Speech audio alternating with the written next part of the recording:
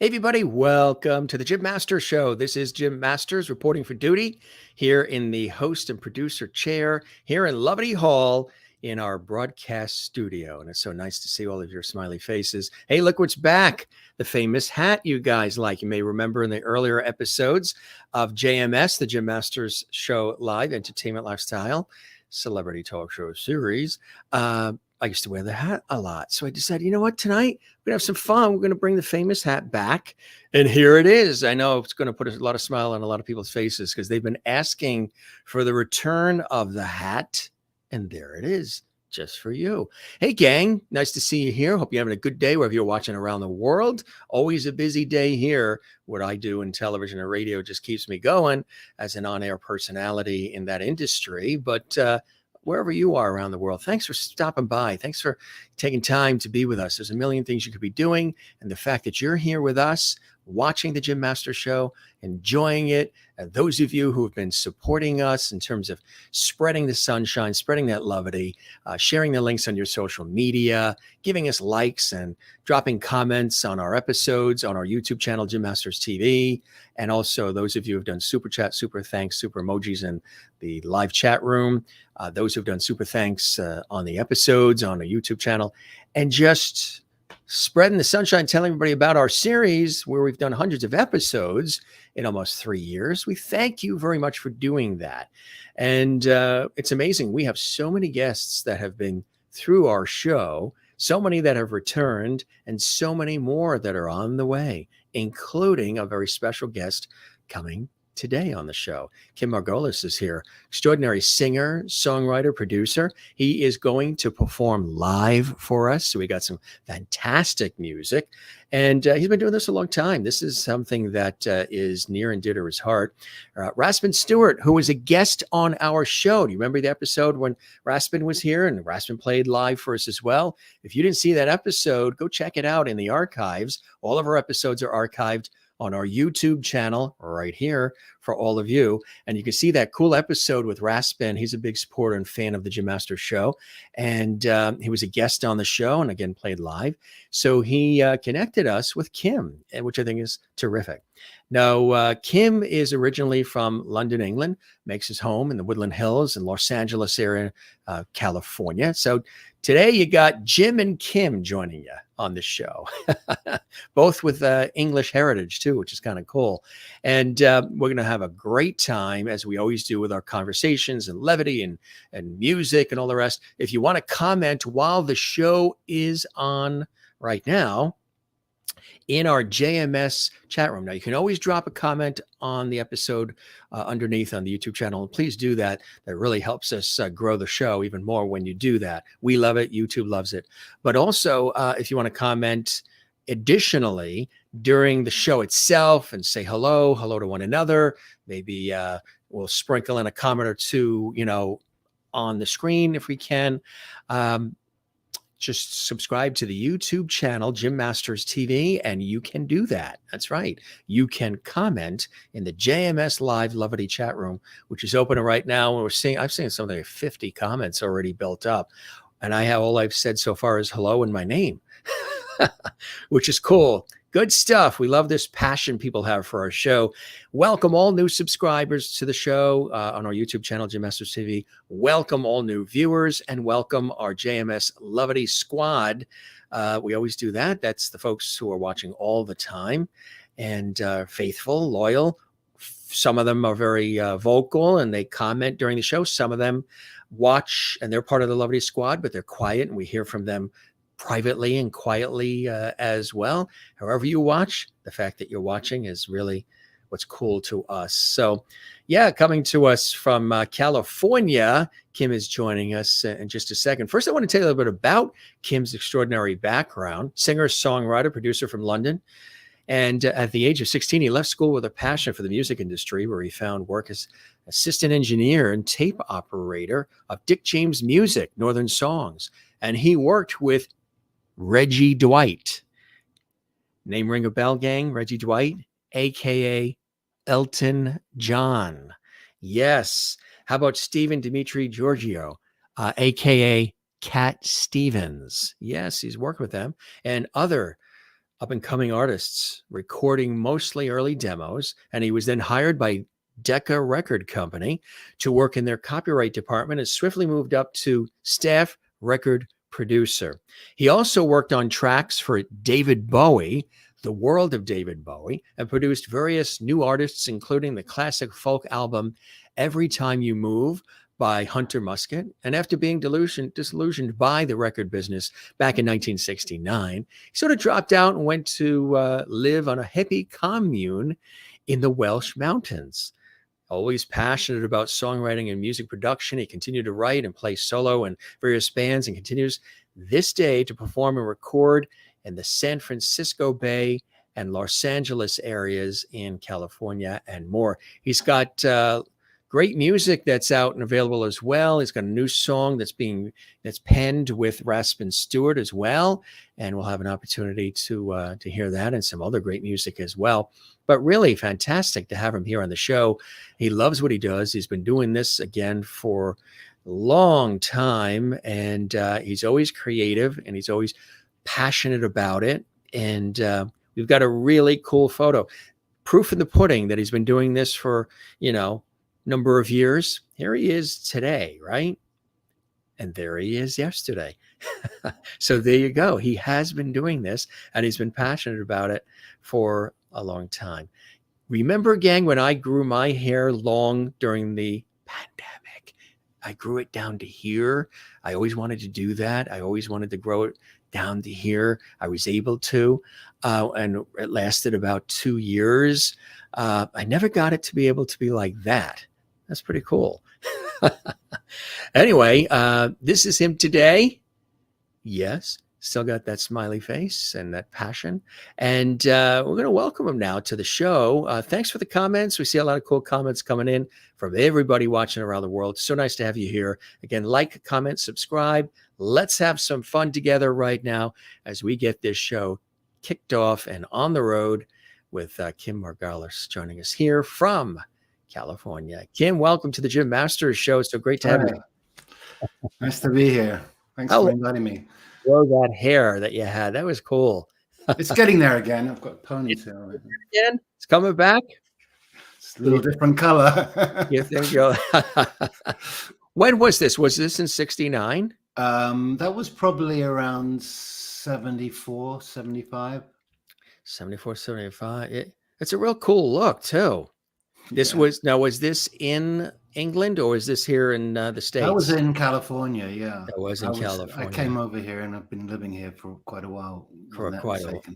Yeah. When you, it's good to have you here. How's everything going? I know you're in California there, and they've certainly, you and I were chatting before we went live, that you guys have certainly had your share of rain and all kinds of stuff. How is it there? It's cool. It's a little dreary today and a little cloudy. But the rain has stopped for the time being. It caused a lot of damage. We've got trees that were uprooted in the backyard and stuff like that. Next door neighbor's tree fell on the house. Did it really? Stuff like that happening, yeah. So the mudslides with lots of water, you get the mudslides. London bridges falling down, huh? Jeez. We needed the water, but it all came at once kind of thing. Yeah, all at once. Exactly right. So how have you been? You're working on new music and all kinds of cool stuff, huh? Yeah, I've been writing a lot, especially with Raspin Stewart. Some of you know him. And we've got like 8 or 9 new songs that we've put together. I met him when I first came down here, and we just worked together really well, and we started writing. And I've been doing some gigs with him and solo around the Los Angeles area. That is so cool. So you're playing off each other nicely and putting some music together, and that's fantastic. Let's go back to the other side of the pond, back home where you were born and bred in London.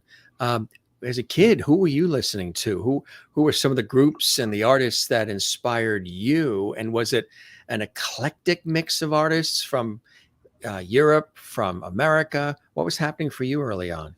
Let's see. Well, our earliest memories of, the thing that inspired me to pick up a guitar was probably Paul Simon and the Beatles. I mean, there's no question they had an amazing influence on me, and that was the key, I think. But I remember getting the early sheet music from Paul Simon and Garfunkel and learning those songs. I just love them. The songbook, the Paul Simon songbook. Yes. Fantastic songs. Yeah. So they were my first influences. Then when I was in England, I loved the West Coast scene here with the Grateful Dead, Jefferson Airplane, and Quicksilver, all those psychedelic rock bands. I just loved that. And I always wanted to come out here and feel that kind of a vibe. And I ended up living in Marin County for 30, 40 years now. Wow. What was it about that area that spoke to you? Fell in love with that area there, Woodland Hills, and it's nice there. Yeah, I arrived in Mill Valley. I was in Los Angeles, and I met a couple of guys. We were going to put a band together, and we drove up the coast and ended up in Mill Valley. And I just loved it. I really felt like this is the place I want to stay and put my roots down and have a family. And actually it ended up I had 3 children living there eventually, and we all lived in the town of Mill Valley. It was great. Really nice. Any of them musical kids? Oh yeah, I've got my son Joel Margolis. He's a very good producer, hip hop producer, and he lives in Hollywood and does work for different television studios. He does. Yeah.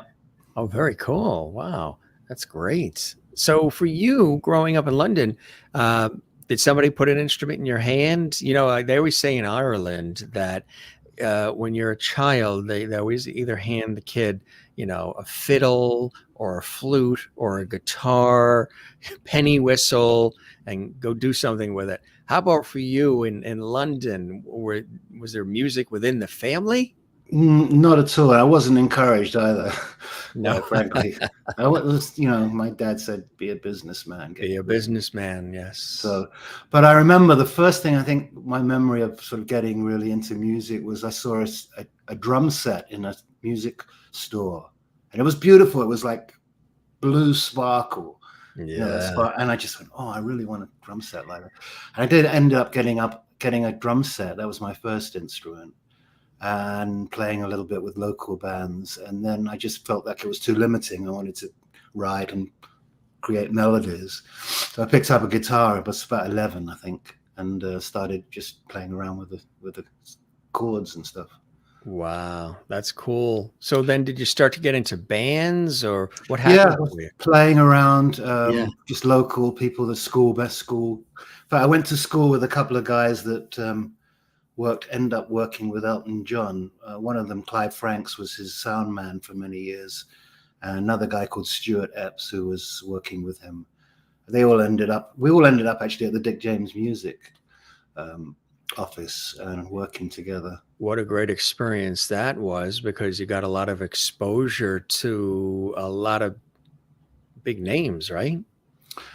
I did. Well, I was working. I was probably 18, I think, when I joined. My father had a furniture store on Tottenham Court Road, or New Oxford Street, actually, which is very close to Tottenham Court Road.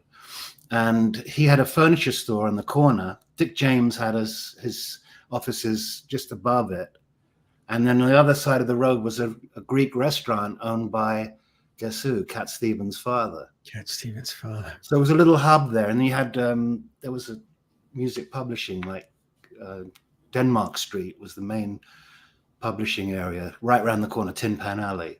So it was a little hub there of stuff happening in late 60s. And when I joined, my father got me the job at with Dick James as a recording engineer. I was a button pusher, really. I just sat at, they didn't have remotes in those days, so I would sit at the machine, and we had these thick tapes, and I would just push the buttons and tape, splice the tapes for the sessions. And Reggie, Elton John, came in regularly, and I was the tape operator and assistant there. What was that like, and what was he like then, at that time as his star was rising? Yeah, he was probably about 4 or 5 years older than me, I think. And, well, it was immediately obvious that he was an amazing talent. As soon as he sat down at the piano, all the guys in the offices would come and listen. He was obviously, and I was there, in fact, the one day he came in and he said, I'm going to change my name to Elton John. John, yeah. And we used to do these late night sessions and go out. Well, he used to be in a band. He was the piano player for Long John Baldry. Right. Yeah. He was very much influenced by Long John Baldry. And in fact, we went out after the session and we went down to see Long John Baldry, him and the band and me and a couple of guys from the studio. We used to hang out. It was fun. He was a very, very, very nice guy. Yeah. And look what's happened to him since. Completely blown up. Yeah. Amazing. Did you ever run into him again, over the years? Never did. No, that was the only time. How about with Cat Stevens too? Because you had an opportunity to do Well, he was there too because he was living close by. As I said, his father had a restaurant right there, and he would come in, and he actually liked to produce local bands. So he would come in with a local band, and I would engineer it for him. And he'd hang out in the studio, and I think his girlfriend was the receptionist. Right. Very nice guy, very nice man, lovely. I really enjoyed working with him. He was really cool. And then there's the David Bowie connection. And we had Ava Cherry was a guest on our show who had been with David for a long time, toured with him. They dated. She had some amazing David Bowie stories and just extraordinary performer still to this day herself. She's from and still in Chicago.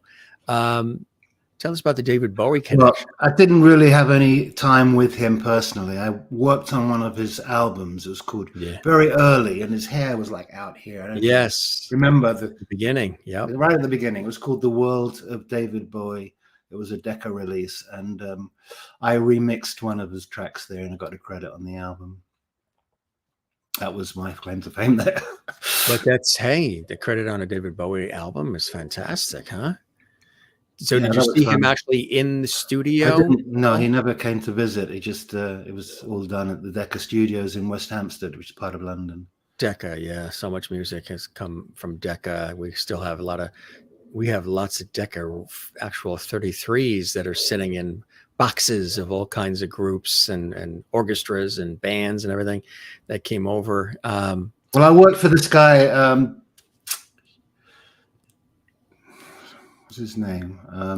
It always happens when guests come on. He signed the Rolling Stones. Dick Rowe, his name was. Oh yeah. And he was famous for turning down the Beatles because he heard the original tape, and if you'd have heard it, it wasn't that great. It wasn't so good, yeah. But he turned them down. But then he made it up by signing the Stones. So I worked for him and another guy called Hugh Mendelson.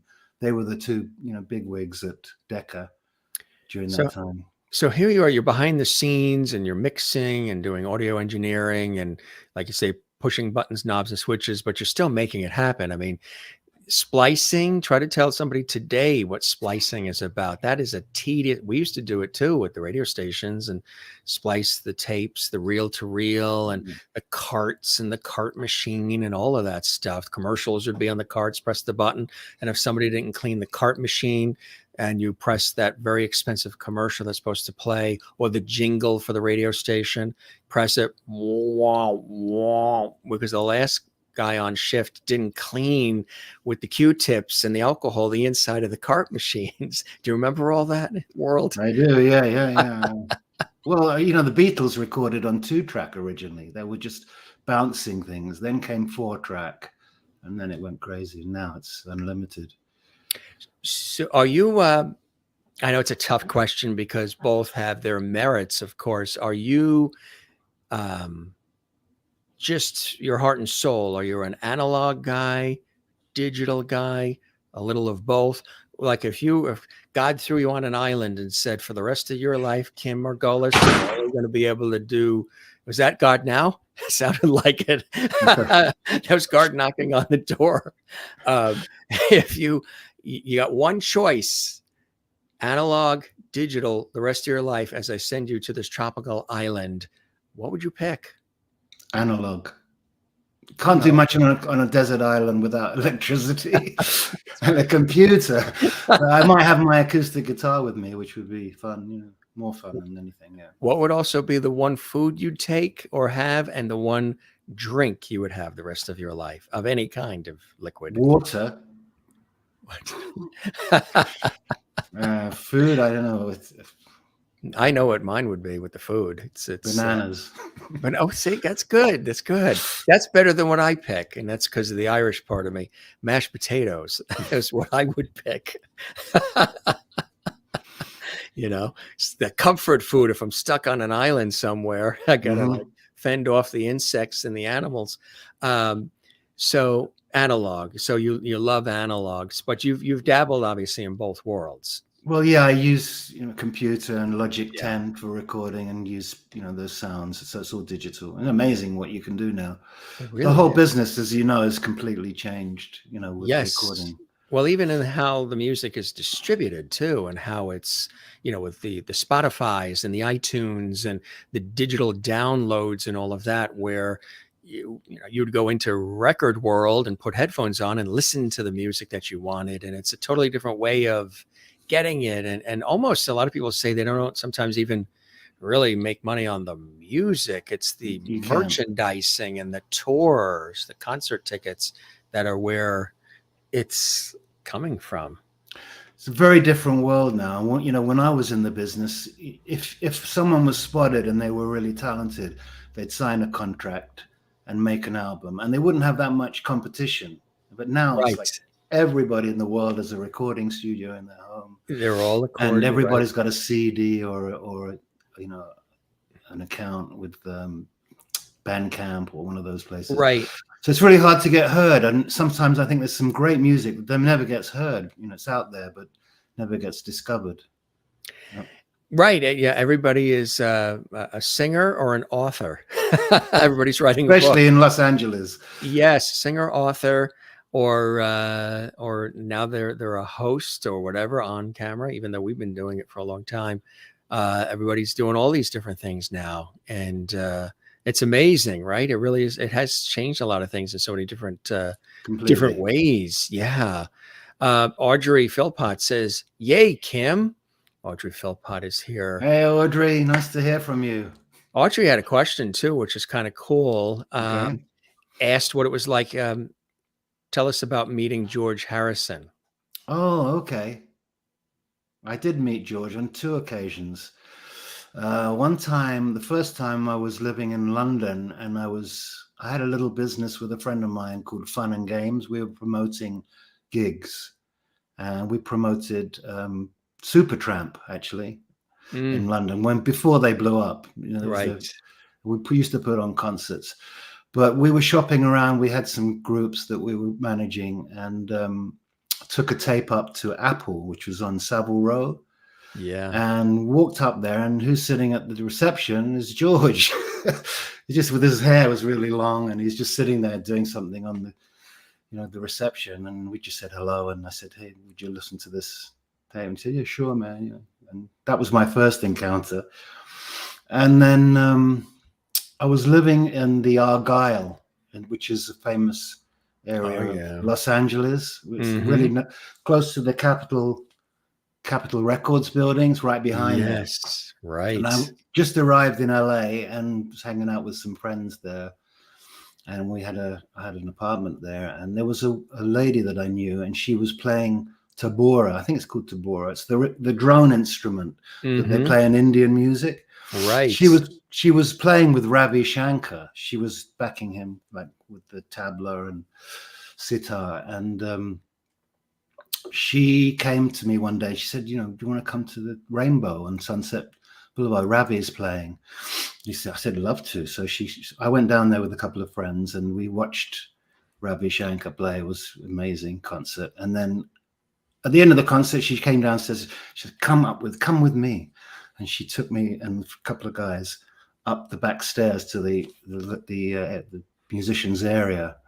And sitting right there was George Harrison and Ravi Shankar and Olivia Harrison. And we just said hi and sat down, and we talked, and I chatted. And I don't remember much what we talked about, but George turned to me at one time. He said, "Ravi's music makes up for everything that goes wrong in life." He was a big fan, as you know. And and then we just, I think Olivia mentioned that myself and these other guys had a teacher called Prem Rawat, and she said, "Oh, they're devotees of Prem Rawat," and he went, "Jai Gurudev." And that's as much as I can remember of the conversation that happened. It was a wonderful experience, and I was very privileged to be there.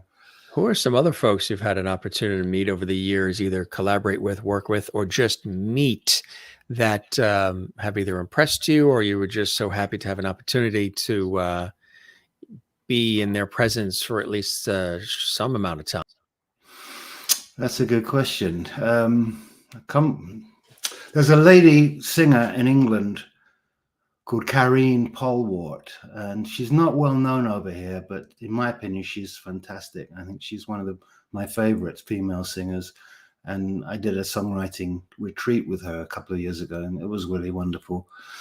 Other than that, really haven't. Well, there's Raspin Stewart, of course. He's been fun to hang out with, and it's quite a personality. He certainly is, isn't he? Yes, unique. Absolutely right. Unique. How do you describe your sound, your music? That's a good question, and people always say, well, that's 2 for 2. 2 good questions. I'm going to go for 3 next. I don't know how to describe my music, because some of my stuff is folky, some of it's jazzy. I like to write about the heart and about the love that's inside all of us. Oh, so you're definitely a lovety on the Jim Masters Show. I'm a lovety. They already said that, right?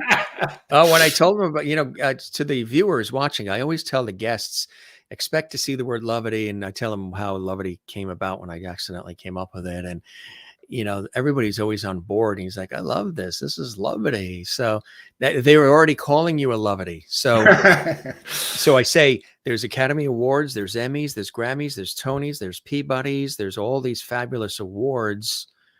And then when you get called a Jim Masters Show lovety, I mean, this is like the pinnacle of the career for you, isn't it? All right. It's absolutely. Yeah. But getting back to my songs are really, I like to write songs that have some sort of meaning, especially to me, but something that's deeper than just, and most of the songs you hear these days are about relationships and breakups and stuff like that. But I like to talk about something that's a little deeper, about the love that's within us, that's within every heart, and that how essential it is to find that, to be fulfilled in this life. How did you, which is perfect, and that's, I mean, our world is overdue for music like that, and to bring that sort of texture and depth to music in such a melodic and extraordinary way that you do, is, I think it hits, pun intended, a chord with people in a terrific way. How did you, before we talk more about the music itself, how did you make the transition from being the behind the scenes guy at, Dick James Music, at Decca, to then be able to start to express your musical talents? How did that happen? What was the transition? What was the key opportunity to let you do that? Well, I was producing an album for Decca called Everytime You Move. It's a group called Hunter Muskett. And I discovered them in England at a folk club and signed them. And we did this album together. And I hired Richard Houston. Yeah. He's the musical director. He recorded the strings on the orchestration on Let It Be. And he did the first James Taylor album. I don't know if you've heard that first one where he's like lying down. Yes. And there's beautiful like instrumentals in between and embellishing his songs, and I just loved it. So I brought him in to be the MD, and we did all these tracks with a full orchestra, which was a lot of fun to record. And then the album was finished, and the band goes, "We don't like it." I said, "Well, we're a folk band, and we just want to be folk, and all these strings and everything.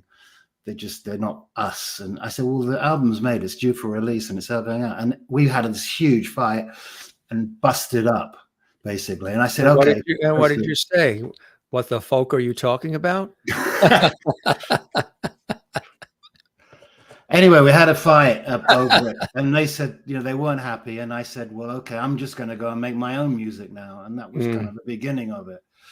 The funny thing is that a few years ago, I'm looking in the internet through different sites, and I see the album, it's Hunter Muskett, Everytime You Move, and it was bought by Cherry Records and acclaimed as one of the most incredible folk albums of that era.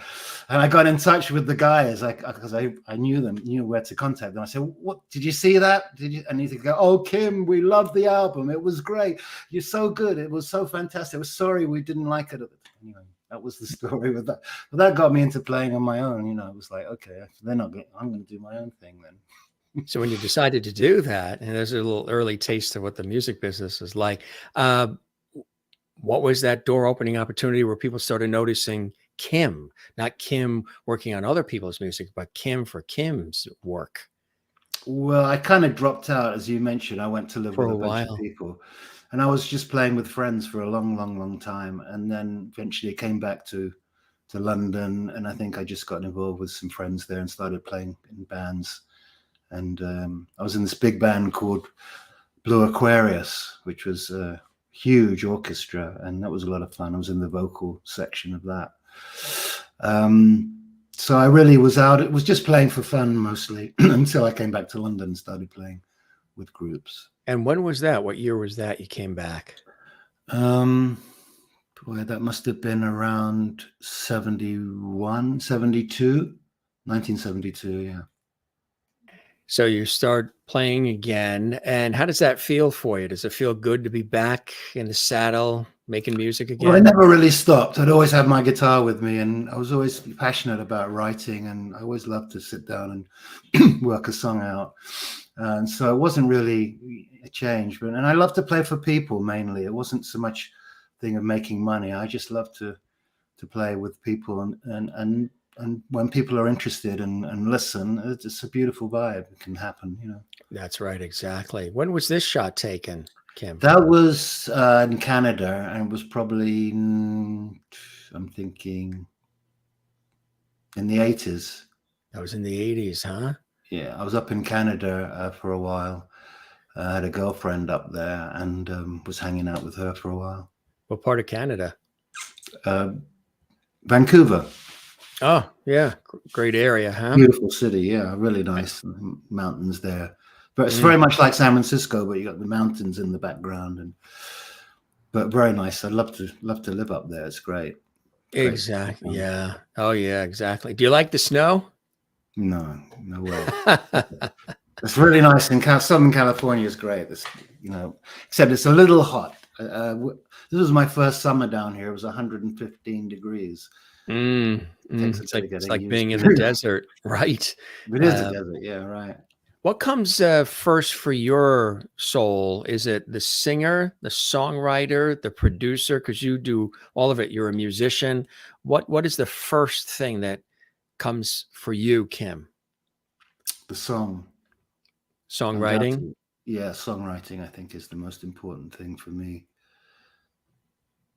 Yeah. I know I'm not a great singer or a musician, but I love to write. That's my forte, and that's the fun thing when it happens. It's not always, you can't just write. Can't sit down and say I'm going to write a song, but what inspires you when you do? Where do you pull your inspiration from? That's a feeling inside. Right. When something just comes and you go, it's almost like channeling sometimes. Yes. Like just something just comes and you go, wow, that's really nice. But you can't make it happen.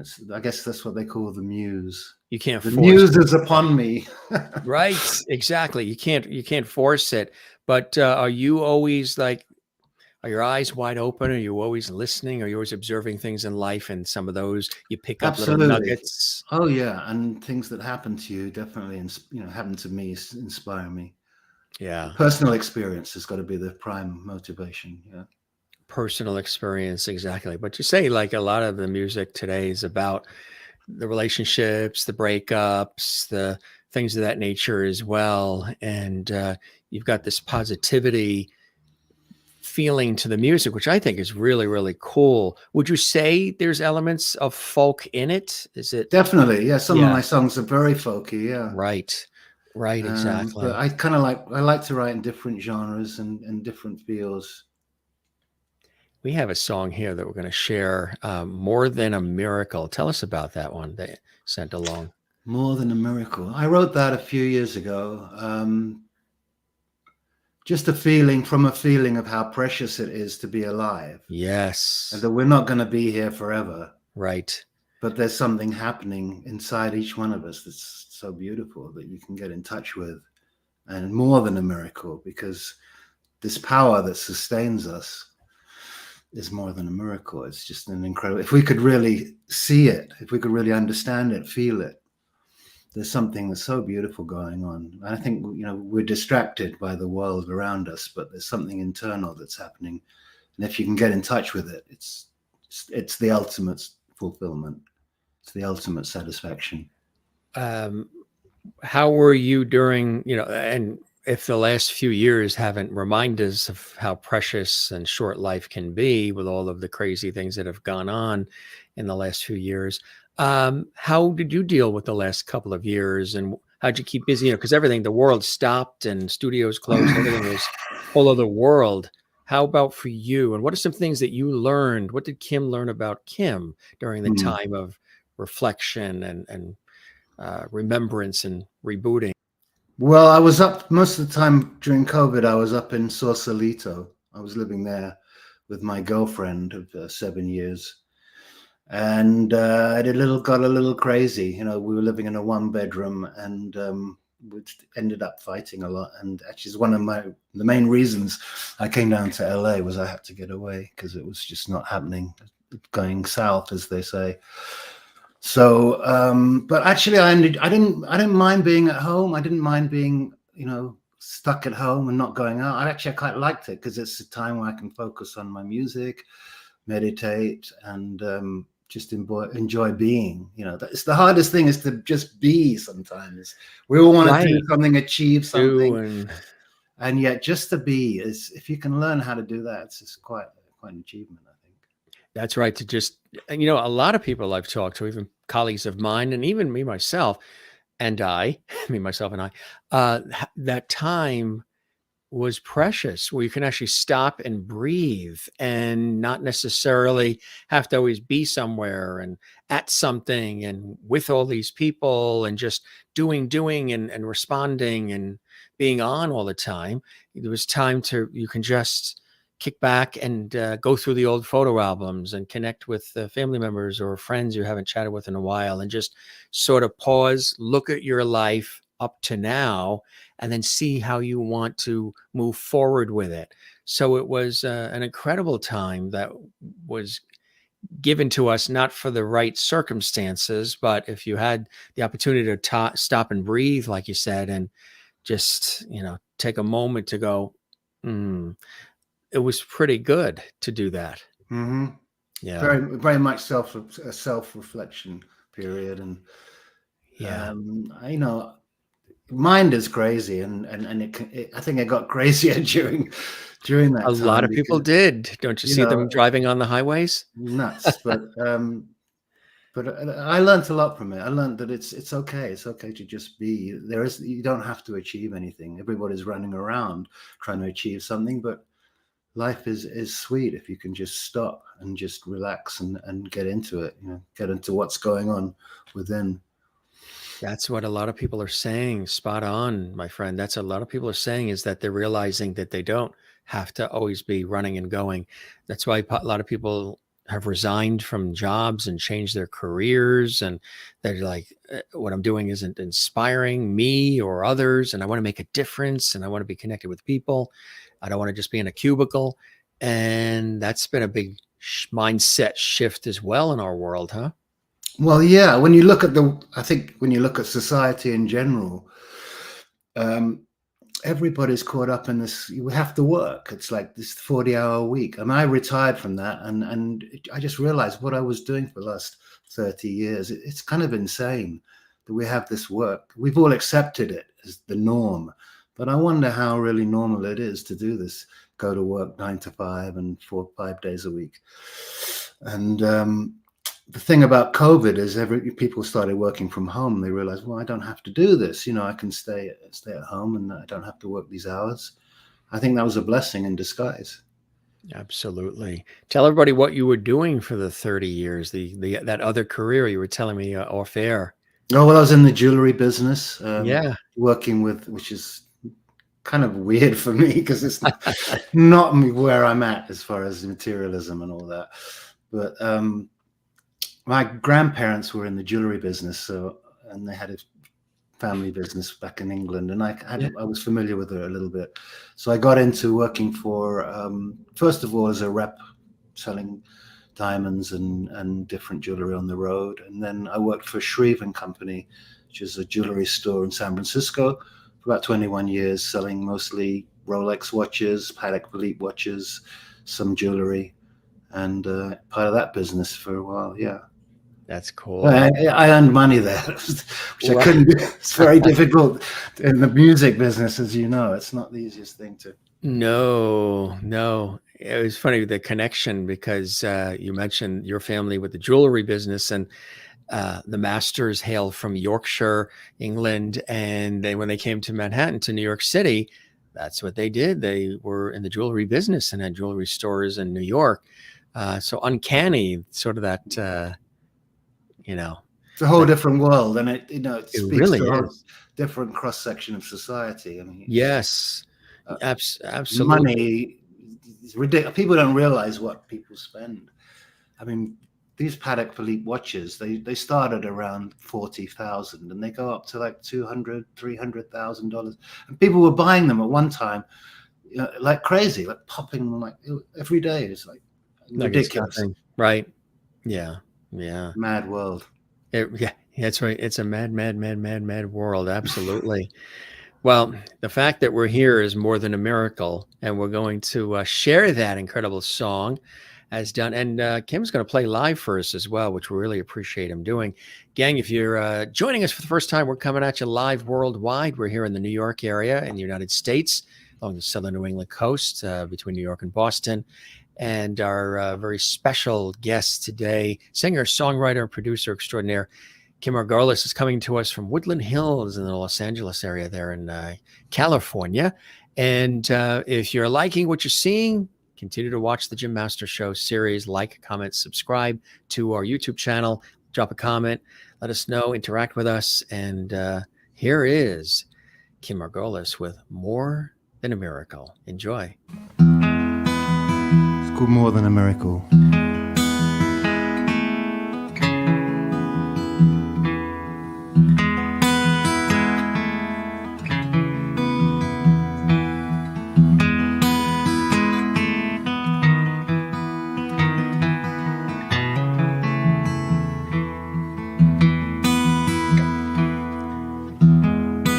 Beautiful smile, here for a while. Now I'm so glad we're here together.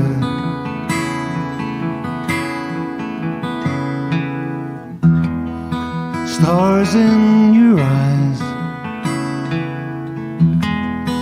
mirror the night. Days of our lives, but not forever. And all that we want to feel, so very simple. More than a miracle, is only a heartbeat away.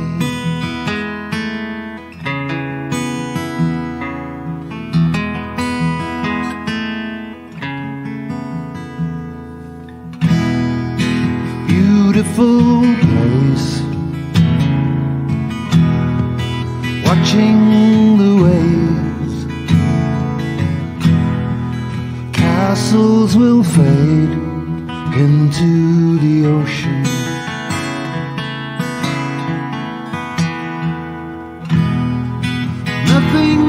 grace filling this place. Time can erase all this emotion, and all that we want to feel. So very simple, more than a miracle, is only a heartbeat away.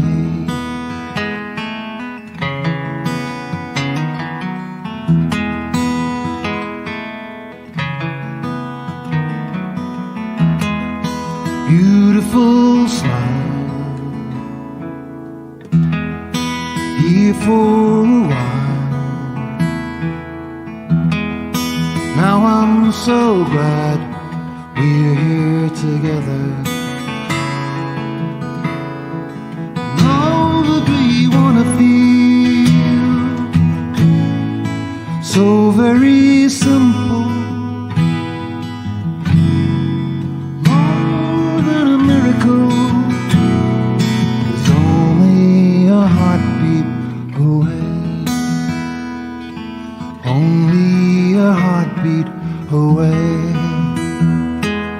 Only a heartbeat away.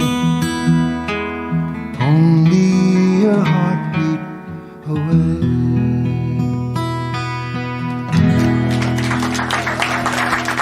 Thank you so much. Thanks for listening. Happy Hanukkah. Jim Margolis, welcome back. Thank you. Really? Happy Hanukkah. Merry Christmas. Happy Easter. Happy 4th of July. Whatever your holiday is, happy and merry. Tell us about that. That is such a fantastic song. It really is. And what do you mean you don't play well and you don't have a good voice? Are you kidding me? That goes straight to the heart, man. That's a great one. Thank you. Yeah, I love that song. It's very simple. It's probably one of the simplest songs I've ever written. It's just only like 3 or 4 chords, but it had a feeling, and it's like, okay, yeah, we are here for just a little bit, and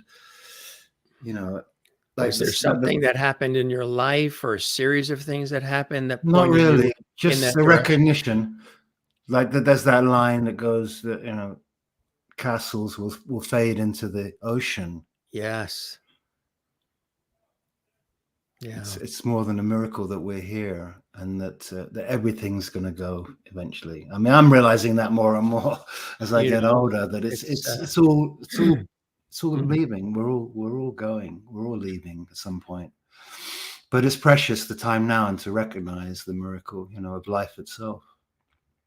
It was really interesting. I was at a lecture by Neil deGrasse Tyson, of course, the astrophysicist, director of the Hayden Planetarium. A friend of mine works at the American Museum of Natural History in New York.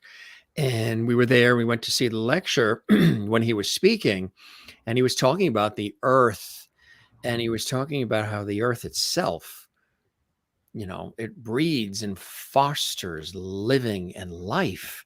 It is what gives us the opportunity to be even existing, everything to be existing.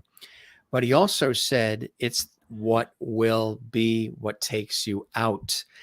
It also ends life, because if you really think about it, no matter what it is in terms of how we do, fade off into the sunset, it really is of the earth. If it's a disease, some sort of an illness, it's coming from the earth. If it's something that goes on with a car accident or any other type, the car, the metals, all of the ingredients in that car are of the earth. Yes. Every single thing around us, every single thing is of the earth. And the earth is like a major recycling plant, because we and everything else eventually go back into it, when we're buried, even if ashes out to sea. You don't hear of anybody being shot in a cannon into the galaxy and leaving the earth. We go back into the earth, and it's just a big sort of recycling plant situation. It's feeding life and just, continual movement cycle of life. It's extraordinary when you think about it. But every single thing, you can look around everywhere in our rooms, and whatever we have, all these creations, every single thing came from elements of the earth, and how it fosters life and is eventually what takes it away.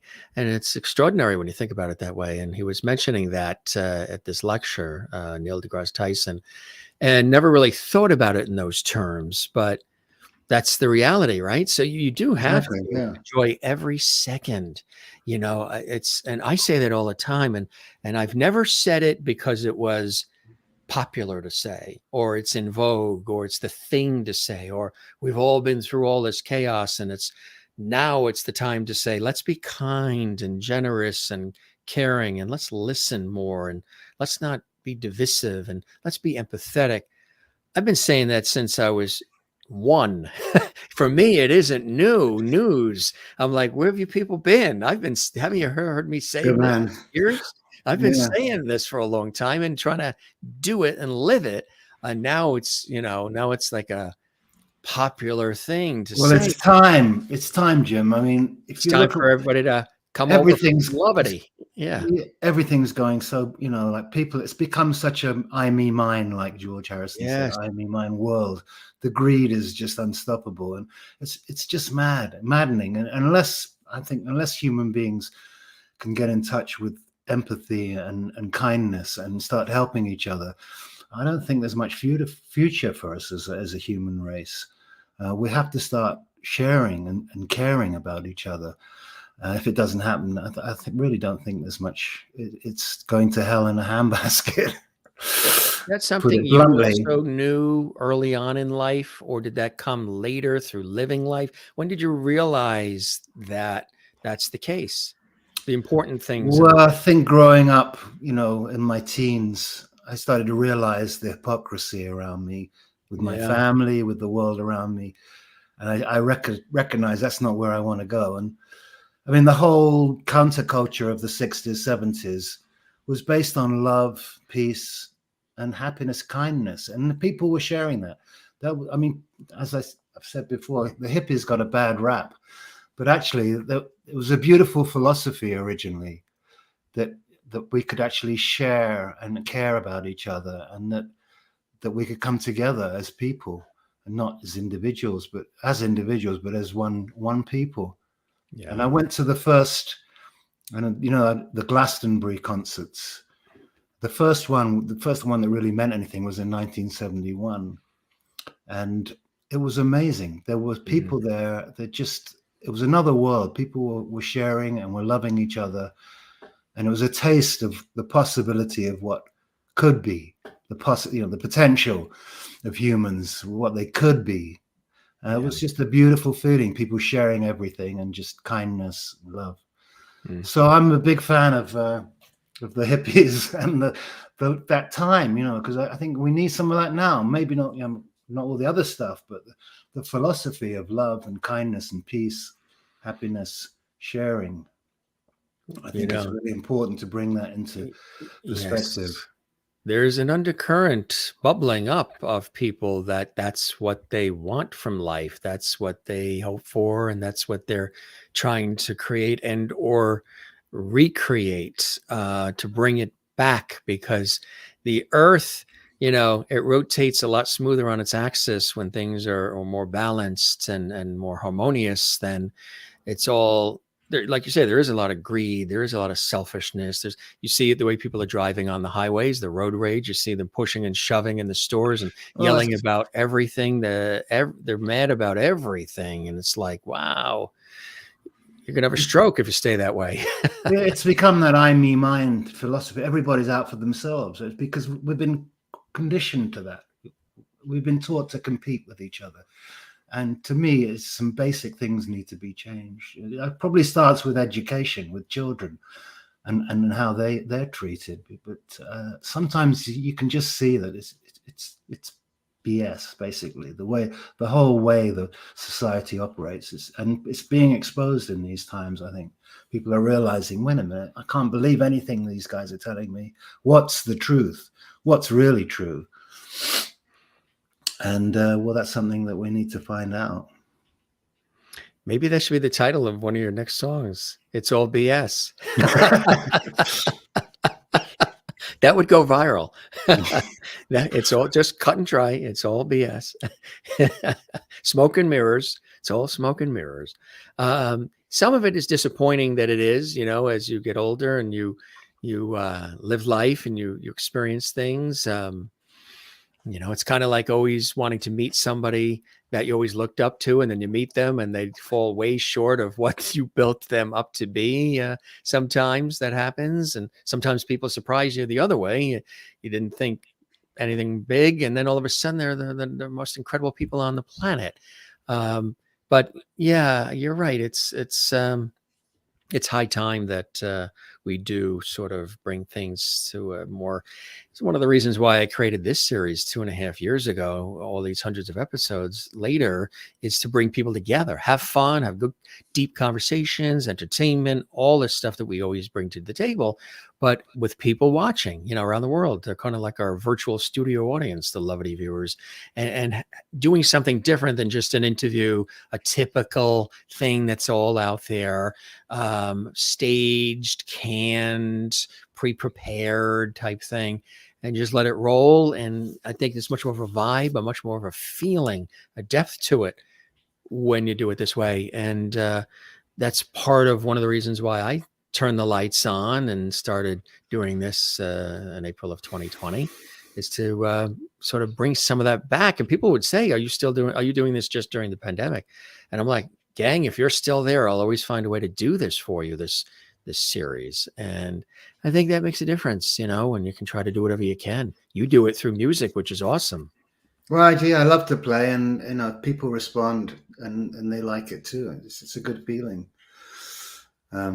It really is. To point to something that's a little bit deeper than the world around us, perhaps. Yes, exactly. Well, Constance Clark, if you missed the Lovity, stay right here on the Jim Masters Show, because this is the home to Lovity. And Audrey Philpott saying, good conversation. Thank you very much, Audrey. And she's also saying, big yes. I love that. Thank you, Audrey. Yeah, I love it.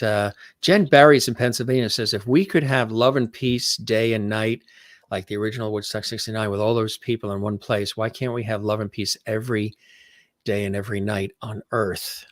Exactly. Well, why not? Why not? Why do people say, well, it can't be, it's impossible? No, it can be. Peace is possible. And why, like, I love Christmas. I've always been, Christmas has been big in our family and big in our house, and the meaning of it and the expression of it and the sharing and the celebration of it. And I'm always like, that peace on earth, goodwill to men, all that.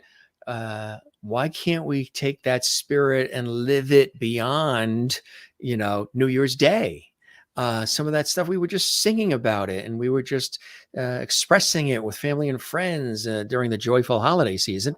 Why can't we be that way, or sort of experience some of it? We don't have to deck the halls every day, but some of that joy to the world feeling more often than just, okay, only between Thanksgiving and New Year's Day we turn on the juice.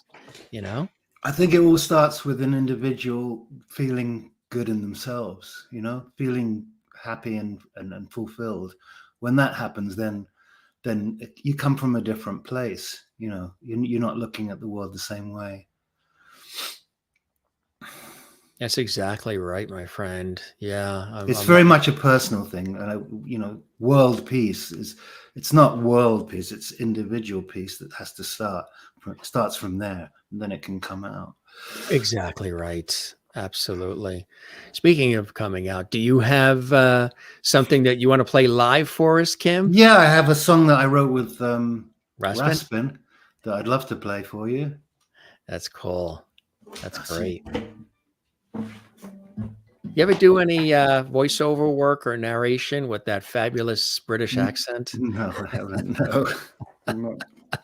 I had a girlfriend who was who did voiceovers once, but no. Is this? That sounds great. Can you find that? Sounds nice and clear. Yeah, sounds really good. What's the name of this? Straight from the Heart. Straight from the heart. Another great one. Margolis. This is written with Raspin Stewart.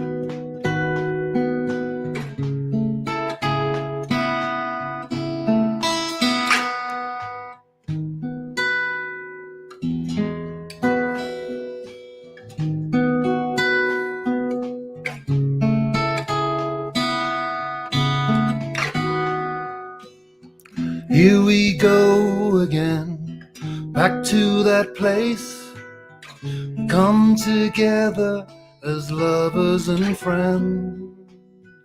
Here we go now, taking it slow.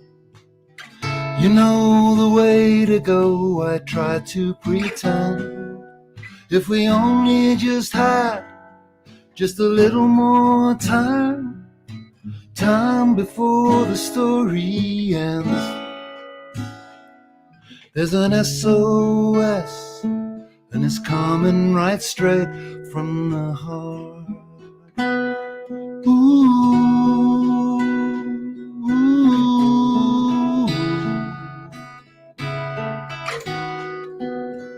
We come together, my friends. It's been a long time since I saw you again. When I call your name, I'm only trying to get back to that place where we can start again. If we only just had just a little more time for us to make amends. There's an SOS, and it's coming right straight from the heart.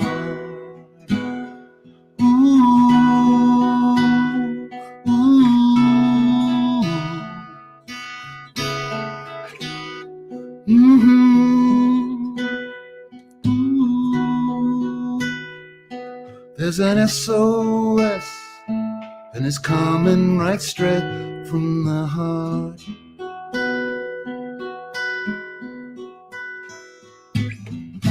Through all these changes, one thing stays true. Ooh, it's an SOS, coming right straight from the heart.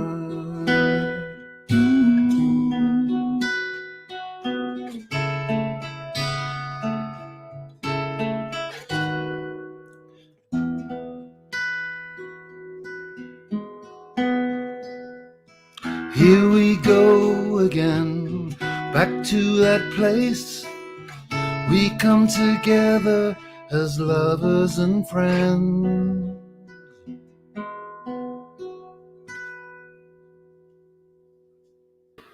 That's an incredible song. That is really an incredible song, my friend. Thank you. That's, Raspin and I wrote that recently, very recently, a couple of weeks ago. Just a couple of weeks ago. So this is first time people are really hearing it, almost like it debuted on the Jim Masters show absolutely. Live. Appreciate you doing first that. Out of the box. Right, fresh out of the box. Tell us about the beautiful guitar that you had in your hand there. This is, I will tell you about this. This is called it's a Loudon. See the top here. It's a Loudon. It's made by a guy called George Loudon from Ireland, and I think it's the finest. They're the finest acoustic guitars I've ever played. They just ring, but have amazing harmonics and sound. And I've got like 3 of them. They're really nice guitars. Yeah, so it's George Loudon. They're made in Ireland. Really beautiful. You got one against the wall behind you there. That's another one. Yeah, that's another one. Yeah, I've got a Gibson here. J45 I use mostly on the road. You know, when I'm playing, it's a good road guitar. It sounds solid. But this one is this is just the smaller one. It's kind of like it's got a smaller body. See that big. It's what is it? Walnut and cedar, I think. You have another song you want to play on it for us, my friend? I will play you another song. Yeah, sure. This one is called. I'm gonna get me Gibson out. Ooh, let's take a look at that. It's just J45, classic, but probably the best Rhodes acoustic guitar you could ever find. Very nice. This is called "Some Things Were Meant to Be." Margolis.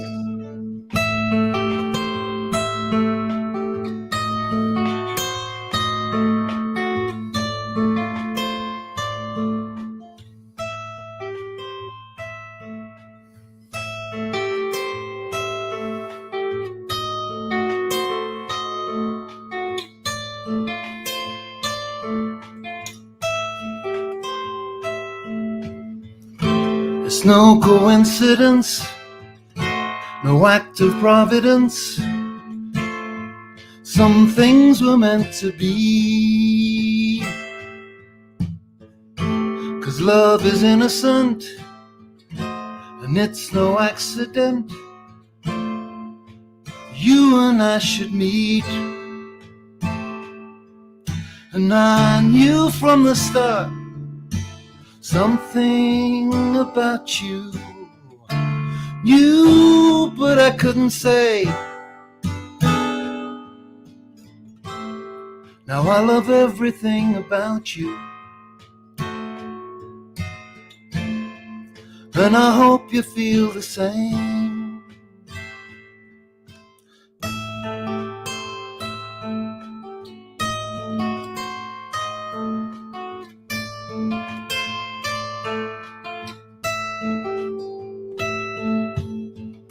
It's not unusual, in fact it's beautiful.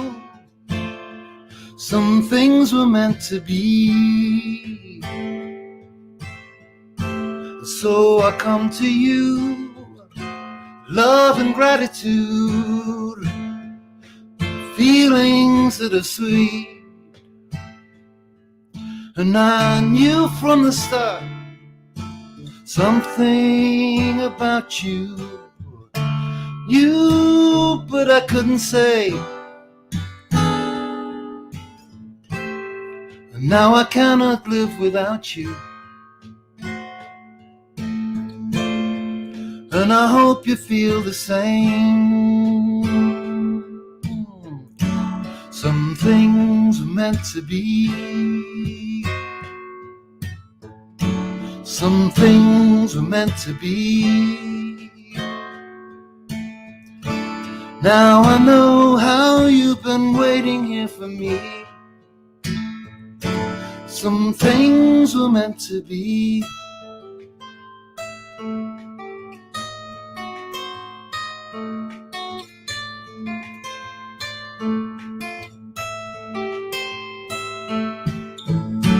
Some things were meant to be.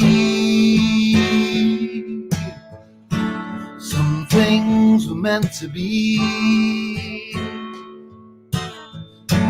Now I know how you've been waiting there for me.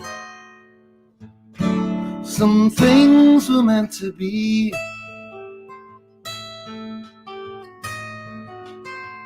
Things like love, things like peace, things like hope, joy. Love is meant to be. Some things were meant to be. Some things. Now I know how you've been waiting there for me. Some things were meant to be. That's really good. This is great stuff. Well, thank you, Jim. Yeah, that's oh, the pleasure is all mine. No, you're really knocking us out with all of this. What inspired that song? I like the way you took that breath first before answering. Yeah, that alone answers a lot, right? What inspired that? I'm trying to remember. Just feeling that what we're meant to be feeling, what we're meant to be experiencing, what we're meant to be living with is peace, love, and joy and hope. These are the things that are supposed to be. They're not, but that's how things are meant to be. And basically that's what it's about. Yeah, that we should be living in peace. We should be living in fulfillment. And would you say that we're heading in that direction? Are people getting the message now, little by little? I don't see it happening. I mean, I don't think so. I mean, I was very optimistic when I was a young man. We all were. We all thought, okay, we're going to change the world. This is the revolution. It was a consciousness. It was a thing of, and I still believe that. But it's not obvious that people are waking up. I mean, and I'd like to do as much as I can to help people realize that there's more to life than just what we're faced with every day. There's something very special going on, and we can experience it. In addition to music, what are some other things that you do that sort of keep things harmonized and balanced for you, Kim? Well, meditation is really important to me. Practice meditation, and I think it's essential for me to separate myself from the noise, the mind and all the stuff that goes on in your head, to feel some peace, to sit down and be quiet. I do every day. It's an important part of my day, just to sit there and be still. Yeah, absolutely right. A lot of people commenting. Austin Field says those are beautiful guitars, and Jen Barry says such a fun show tonight, and Austin Field says that is a great song. Jane in Sweden says love the sound of that guitar. Loving this. Sherry Larson's who's in Kansas, regular. Thank you so much. I'm glad everybody likes it. They're loving all the songs. The lyrics are beautiful. Ms. Pat in Texas, lots of smiles and hearts there. Kim, I appreciate it. So magical, and thank you. And Ms. Pat in Texas, and Kathleen Walker in New York says beautiful music. Maureen says in Arizona, that was fabulous. Ms. Pat in Texas is sort of in the same vein as you. The answer is no, Jim. Unfortunately, it's getting worse. It will be a major crisis before folks see. It's really true. Unfortunately, I think that's absolutely true. I agree. Well, hopefully what you're doing and I'm doing is making some sort of a trickle. At least they know that they can listen to your fantastic stuff. They can come here and at least get away momentarily while your music's on and while we're doing these shows, and have places to go to feel what they want, to hopefully escape from the chaos and the nuttiness of it all, huh? Mm-hmm. Absolutely. Yeah. I'm all for it. It has to be a revolution of consciousness. Yeah, that's what it is. We have to wake up and realize that there's something bigger that has to happen, Right. And it doesn't take a civil war or any of that nonsense for any of that to happen. Like they talk about, no. It's just going in the opposite of direction of that, and just, coming together and listening, and we're not all always, and we're not meant to agree with everything every single person says on the planet. That's what makes us all unique and different. But we need to take time to listen and invite everybody to the table. And there's little things about, even I don't like everything about every situation. There's little things I like about each, and then I make my own informed, individualized decisions. I'm not signing up for that or that, because there's elements maybe of that I like, and of that I like, and of that I like, and then that's what makes it all sort of come together, But it's a I versus them, and us and them. That Pink Floyd song, I've always loved that. Us and them, we're only ordinary. After all, we're only ordinary men. It's true. The whole thing, that us and them thing, is reflected everywhere where you look in society. And it's kind of wrong. It's like, also what is a terrific, and we've been watching it, and I've been watching it ever since I was a kid. Love it. One of the greatest television shows ever created and of course it's of the past.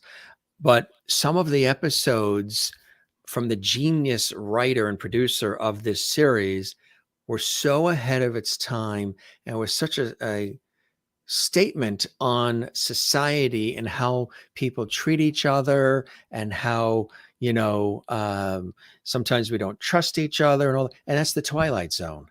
The episodes of the Twilight Zone are so ideal. When you watch them, you're like, wait a minute, I'm watching the Twilight Zone, but actually that's what's going on right now outside. I tell you, since COVID, I've felt like I was in the Twilight Zone. Everything seems really surreal. I don't know if you feel that way, but it's just, it doesn't seem the same as before. Right. Something's changed. Yeah, there's a lot of there's emptiness there, or something. Yeah, something weird about it all. Constance says, I am loving this. I really need the peace of these beautiful songs. And Maureen says, I feel like I should have bought a ticket for this mini concert. Wow. There's still you're very kind. Thank you so much. You could do a super chat. There you go, Maureen, if it makes you feel better. We've got another song that was sent along that was really nice. Some things were meant to be LA 2022. Tell us about that. That's the one I just played you. Yeah. That is that one. Yeah. So that's the title of it. Yeah. Wow. Where were you when you were performing that in the video? I was at Kulak's Woodshed. Where is that? It's a little spot in Studio City. Oh, yeah. Which is quite close to me. And it's been there for many years. A guy called Kulak. Yeah. And he's put this together. It's a little studio, and they've got professional cameras and soundboard and everything. And you can go there, and it's like an open mic, basically. You can sign up, and every Monday night they have lots of talented people come and play. In fact, it's streamed live. It's on Facebook, I think, cool. Live. But I've been going there every week and like recording a song or two. Oh, that's nice. And it's nice to put it. I can put it up on my website. That's cool, right? You can hear it. But the sound was. I'm impressed because it's good to have a good sound. You know, sometimes these places, or if I do a gig and this PA is terrible, they've got it down, and they've been doing it for many years and helping artists in the LA area, which is really cool. Yeah. Was the guitar the very first instrument that you learned, Kim? The drum set was the thing I first was obsessed by. I never really learned it. I didn't have lessons or anything, but when I first got a guitar, I started taking lessons. And the guy said to me, am I going to teach you or are you going to teach me? Really? Yeah. It was very funny because I had my own way of doing things. I didn't like holding the pick the way that he was showing me. He said, oh, you got to hold it like this. And I said, no, don't be. Anyway, yeah, everybody should be able to express themselves individually and hold the pick. There's no right or wrong way. It's very individual, I think. Right, exactly. You're teaching me or am I teaching? Did you answer that? Or you say it's going to be 50-50, sir? I think that was the last one I did with him. Yeah. Do you still play the drums at all? I play a little bit. Yeah. I'm not great, but I can keep a beat. And, I record my songs at home in my studio and all that. Studio. I do play all the bass parts and the drums and stuff like that. You can play around with some amazing programs now with the drums. Pre-programmed drummers have recorded their stuff and you can use it. It's great. Loops and stuff. Any string instruments at all or woodwinds? I love to use orchestration, and I've got what is it called? I've got a plug-in on the Contact. Are you familiar with Contact? It's a player. Yeah. They have a really good string system. It sounds really good. I mean, it's not as good as a live orchestra. Nothing's ever as good as a live orchestra, but it's not bad. They're getting it down. It's getting better and better. Really cool. Amazing. Why do you love this so much, my friend? What is bringing you the continued blessing and joy in your life? You've been doing this, a long time. You could easily say, I'm good. I've done my part.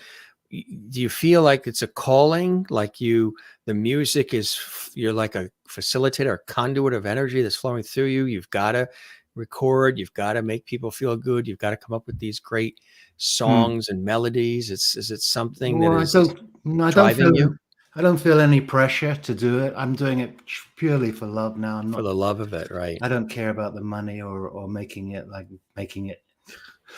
but I'm just doing it because I enjoy it. And when the inspiration is there, it's great. I love it. To me, the best thing I experience is sitting down writing a song or playing and someone hearing it and enjoying it and feeling touched by it. That means everything to me.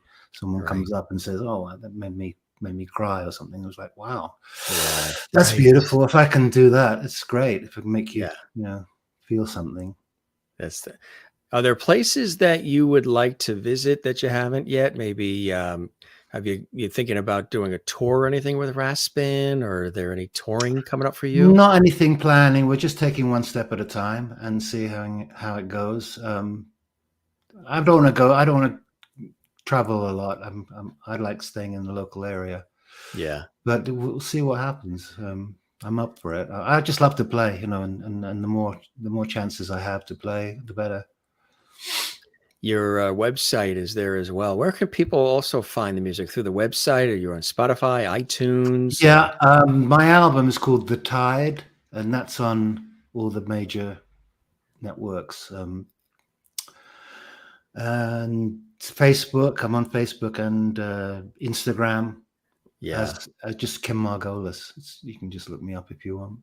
cool. And I've got some songs and clips up there that people can go to and have a listen.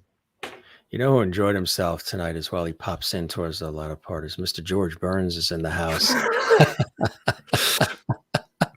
There he is with a cigar, and exactly, he's got the cigar and he's got the red pocket square, and he usually hangs down below. I have him as an associate producer.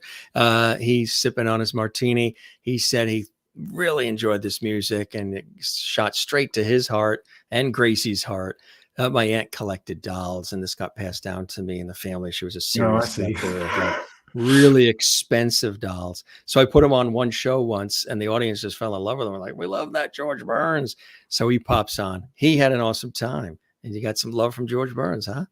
Cool. Isn't that cool? Very nice. This was great, my friend. I appreciate all the time. We chatted for like an hour and 20 minutes, but it doesn't, we try to make it not feel like that. Just make it feel easy breezy and like I say, conversational, and spread the word about our show. If you, I hope you enjoyed the time with me as much as I have. Thank you. Thank you so much for having me on, and it's been a real pleasure.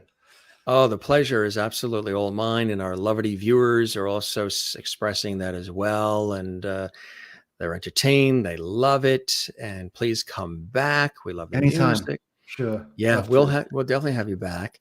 And Maureen, thank you very much. Thank you for gracing us with your beautiful music, Kim. It's been a wonderful evening. Please come back soon. She just did a fabulous super chat. And thank you, Maureen. Irish Green there, Maureen in Arizona. Maureen also, you'll get a kick out of this, Kim.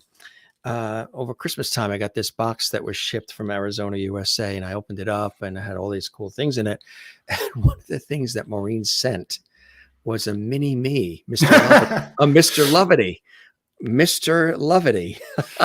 How fabulous. Cool is that? That's very cool. The TV radio presenter in mini form. So if I ever want to take some time off, thanks so very much, Maureen. I really appreciate your generosity. That helps support our series.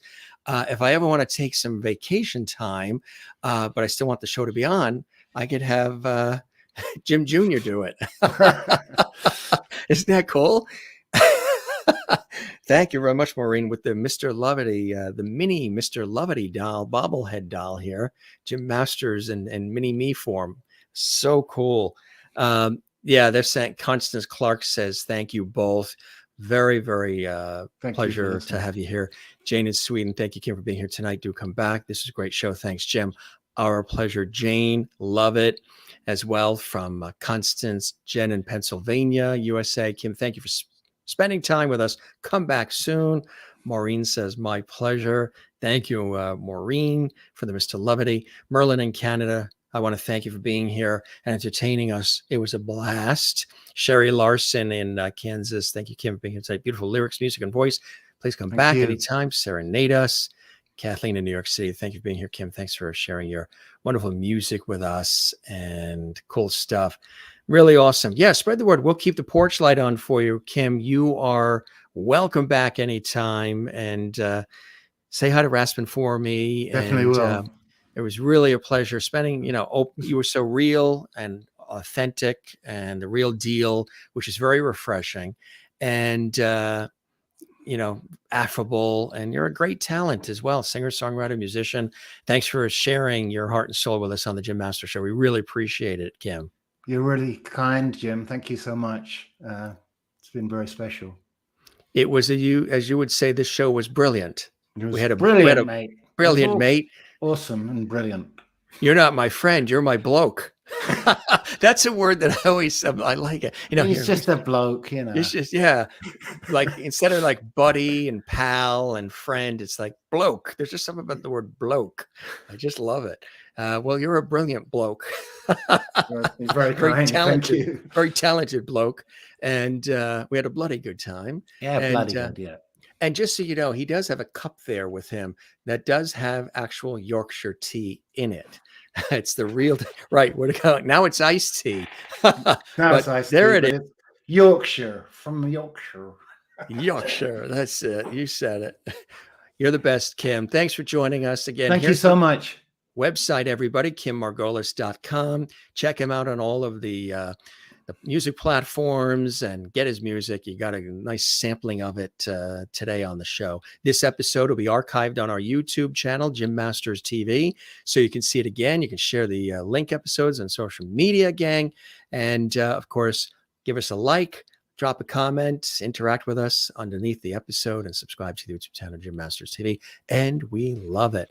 You be well, my friend, and thanks. And hopefully, if I'm out on the West Coast again, I was just there, but it was Northern California, Napa area. But if I'm down back in Southern, give me I'll a bell. You guys know, and we'll all get together, maybe with Raspin too, and have a good time. It'll be fun to meet. Yeah.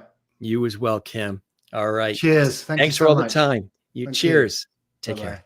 Bye-bye now.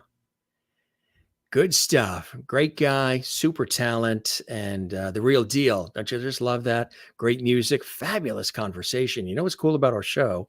As you guys know, we never script any of this. Nothing is pre-planned or organized as far as the topics and what's going to happen. And, there's some as far as he knows he's coming on the show and we know he's coming on the show, but then I roll it from there. And whatever scenario happens as far as what we talk about and whether we, do surface or we go deep, a lot of times our show, we end up going deep, which is kind of cool. We just let it roll. No scripts, no pre-prepared questions, no teleprompters. And sort of like the old school TV presenters and hosts and radio presenters, the legends, whether modern vibe, modern twist. We call that the Jim Masters Show live entertainment, lifestyle, celebrity talk show series. If you're liking this, you're enjoying what we're doing, not just on this episode, but hundreds more that we've done, do drop a comment, subscribe to the YouTube channel, Jim Masters TV. It doesn't cost anything to do that. And share the lovity. Spread the word about our show. Spread the word. We really appreciate that. Kathleen Walker, New York City says, great show, great music. Thank you, Jim. Pleasure is all mine. Sherry Larson, wonderful guest tonight. Thank you, Jim, for all you do to bring this to us. The pleasure is mine. Constant Clark loves it. Kathleen says, love the hat. Yeah, we brought the hat back. We used to wear this a lot in the early days of the Jim Masters Show. So we thought we would have some fun tonight and bring it back for all of you because you've been asking for me to bring this hat back. Jim and Kim, thank you both for a fun night. It was our pleasure. Absolutely our pleasure, gang. We really appreciate it. Again, he's a terrific talent, and it was really a pleasure to have him here. Coming to us from Southern California, originally from London, England. He's a terrific performer, a great guy, and mutual friend of ours, Raspin Stewart. And Raspin is a big friend of our show. We had some other cool shots. This is when he was in Canada. This goes back a ways as well. And it was just really cool to spend some time here on the show and talk about life, talk about music, how the music's made, what inspires him. Also, you guys have been great in sharing some of the things that inspire you. That's what's great about what we do with our show, gang, is we bring everybody together. You're sort of like our studio audience. I open up about my life. You guys open up about yours, and our guest does about theirs. Kim Margolis joining us, phenomenal singer, songwriter, producer. Look for his music, and we'll have him back on the show for sure. Absolutely. Right here on the Jim Masters Show, just for all of you, gang. Want to let you know as well, we did a very special remembrance of Lisa Marie Presley over the weekend with our special friend of our show who has worked with and has styled Janet Jackson, Tina Turner, and so many others. Wayne Scott Lucas, celebrity fashion stylist and designer, a friend of Lisa Marie Presley as well. If you didn't see that episode on our series, check it out. It's archived. Tomorrow, Lisa Panagos is going to be here. She's going to perform live as well. She's a phenomenal singer and actress too. She's in a lot of great shows and performances. She's all excited. We've been doing sound checks throughout the week, getting all together. She comes up tomorrow, 7 p.m. Eastern, 4 p.m. Pacific, right here on the Jim Masters Show for all of you. Let's check out a couple of more comments here in Lovety Hall, or chat room, and then we will wrap up. Thanks. Have a great night. Good night, all. Thanks, Kathleen in New York, for that comment. Merlin in Canada says, one big Lovety family. And I'm going to be headed up soon to Canada. We're going a little bit further north than you. I'm going to be on a multi-day TV project up in Edmonton. Yes, up in Edmonton. I'm going to have to bring my snowshoes going to Edmonton. It might be around March time, maybe. Love the conversation tonight. Thank you very much. We appreciate that. And everybody that's watching around the world. This is your host, Jim Masters. Now, we don't say goodbye around here. We say see you later. Ciao, cheers, cheerio, hasta la vista, slancha, sayonara, avida zane, buenas noches, como estás, muy loop. Take care and be well. And as we were saying, one other thing, don't forget to relax. Yes.